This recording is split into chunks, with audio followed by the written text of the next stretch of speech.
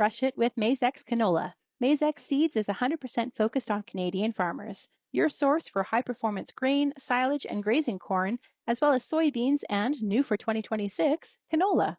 Visit maizex.com to find your local Maize-X representative.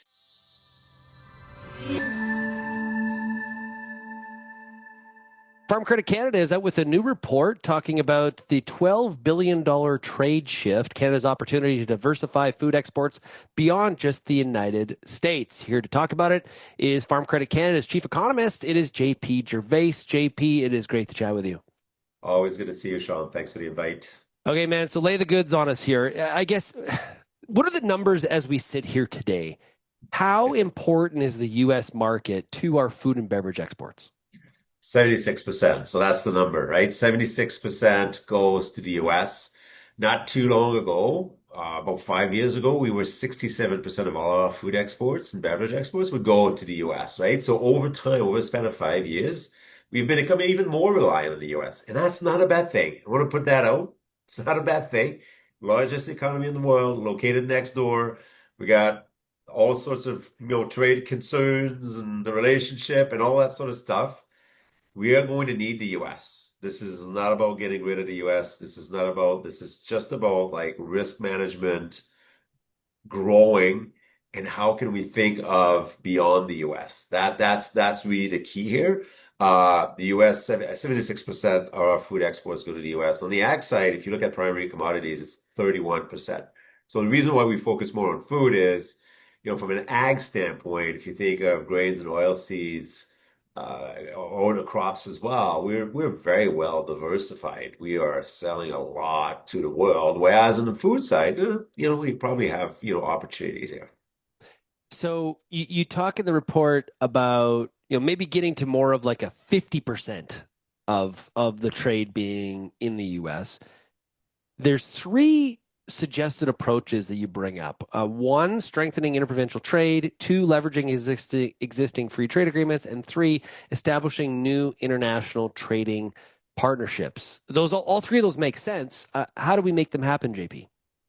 Super great. So let's just unpack all of this, right? So I think at the end of the day, though, the underlying, what's the strategy, what are the tactics, pretty much the same. But from an interprovincial standpoint, right? So if we want to say there's a lot of north-south trade between Canada and the US, right? As opposed to east-west within the country, for good reasons. I mean, we're a big, big country, so it's expensive to ship from one coast to the other coast. We all get that, right? And I'm not expecting that tomorrow we're going to ship from BC or high volumes of BC products going to Quebec and the Maritimes, simply because from an economic standpoint, that's not necessarily the most competitive outcome.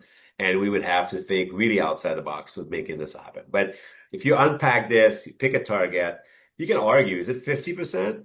Should it be 60%? Should it be, we pick 50 just simply because it makes sense to have at the aggregate level, because this is another thing.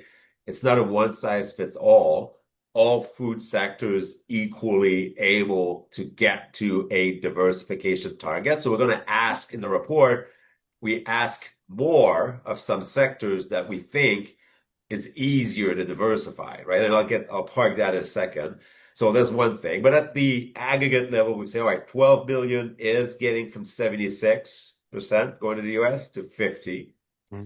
And what can we do to get more or displace? So what we're not going to be selling to the US, some of it could be sold interprovincially, right? So you look at what is the US shipping over here and how can we get that down as well? So pick a number and say about 2.6 billion of the 12 billion that goes to the US could actually be across provinces. So how do you do that? I'm getting to your answer. I just want to walk people through kind of the 12 billion, 76% of 50, out of the 12 billion, 2.6 more interprovincial trade. So how do we do that? Well, a number of different ways. And it's, the federal government came up with Treasury Board came out with a report highlighting, I believe it was 500 initiative to cut red tape, modernizing regulations across provinces, whether it's labor standards, transportation standards. You need to lower the cost of doing business in Canada, period. If you do that, then you get all of a sudden a little bit more momentum towards Quebec, Ontario together, a little bit momentum across the prairies, a little bit momentum Alberta and BC. And so this is what I'm talking about, that you don't have to travel that much of a distance because that's costs, obviously, and costs are driving a lot of the underlying market outcomes that we're have currently, where there's a lot of US products coming in and we export a lot of the same US products. Yeah. So we know retailers want more Canadian products. That's one thing that the trade war or trade disputes with the US has done. So how do we make sure they do that, they can get that? And that's lower costs, lower the standards or harmonize standards, lower modernized regulations, cut red tape, invest in infrastructure for transportation. It's going to get us to export markets. But before that, I think we can actually just do a bit more interprovincial. If I told you I was skeptical of the interprovincial trade, what do you think? I What? I wouldn't be surprised. So you have every reason to be skeptical because it hasn't happened. It's not something new, right? Yeah. If it was it was effective from a market standpoint, it would already be happening, Mm. right? I mean, like businesses are not, they're smart people. They're, markets are really great at allocating resources where it's the most efficient. So but the truth is, we are doing a lot of two-way trade. So where are the spots where, you don't want to expend too much the cost of shipping products? And what are the spots where you can actually say, US, stay where you are. We don't need you. We're going to actually be able to substitute for a Canadian product that is competitive, of high quality. And I think something needs to change. Otherwise, every reason to be skeptical. We're going to be here 5 years from now, and we're going to look at Yeah. 80% of our exports going to the US.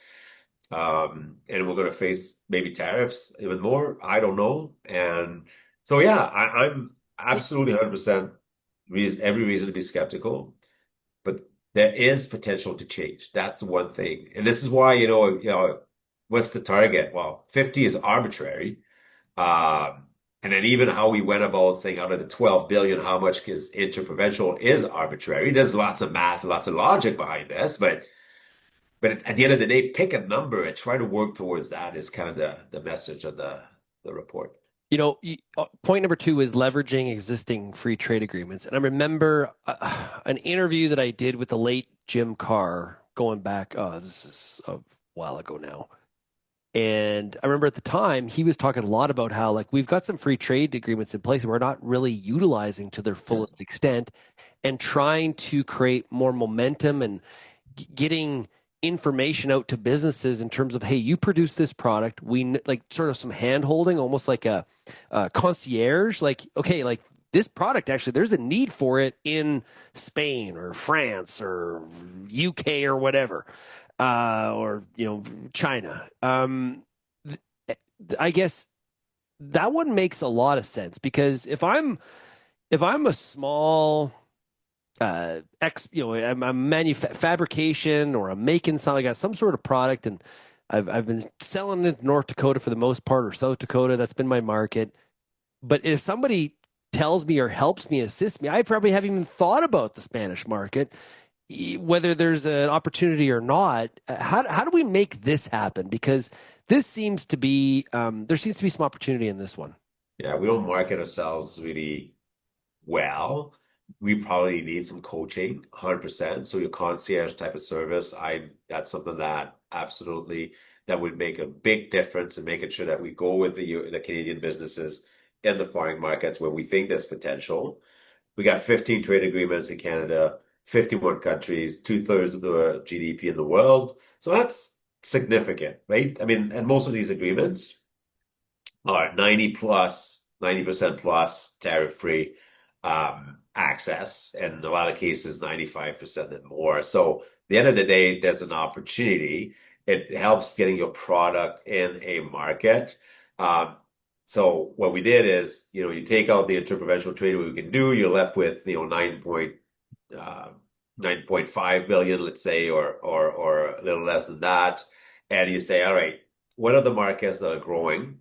what are the markets that are sizable? Because it's one thing to say there's growth, but if it's from a small base, it's really hard to Yeah. penetrate the market, right? So it helps that there's a large base, and it helps that the large base is growing because you can capture that growth as opposed to disrupting an existing relationship that, has been established for a number of years. Because you need a buyer somewhere to take a chance on you, kind of like, whether it's a trader or whether it's the business that sells direct to consumer. Bottom line is you have to kind of rock the boat a bit, and so it helps that there's lots of growth if it's a large base and trade agreements because you have some predictability in terms of what you can expect in that market. So what are those markets, right? European markets. I mean, you name a few.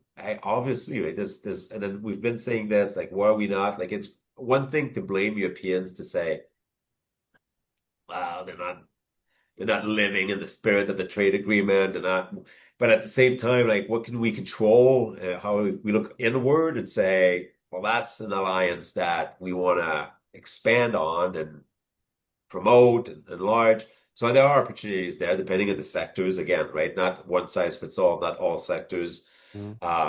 And then, Asian markets, we got more and more. There's one with Indonesia. Well, I'm not so, I mean, Indonesia is wheat and soybeans for the most part, but who knows? I mean, on the food side, that's what I was talking about, small base, but there's growth. So, so those are the things that, we need to help Canadian businesses kind of just take that next step. Yeah, and one of the challenges is this, I think a lot of times in trade, people forget that, they're like, well, Canada wants to do more business with X country. And we forget that, like, for the most part, China may be a little bit of an anomaly here. Like, the Chinese government Yeah. makes those purchases happen. In Canada, it's individual entities that are doing the business transactions, not the Canadian government actually saying, we're going to make the decision. We're going to export more food and beverage exports to country XYZ away from the United States. That's not how it works. And so that makes this a little bit of a more difficult change to happen if it's going to happen. Yeah. Oh, exactly. It's like you look at aggregate statistics, and it's easy to forget that behind all the aggregate statistics, you have businesses that are investing, they have deploying their own capital and establishing those relationships. There are big, huge fixed costs to sell in foreign markets or develop new markets. And so it's really, how do you make sure that you can go with some businesses?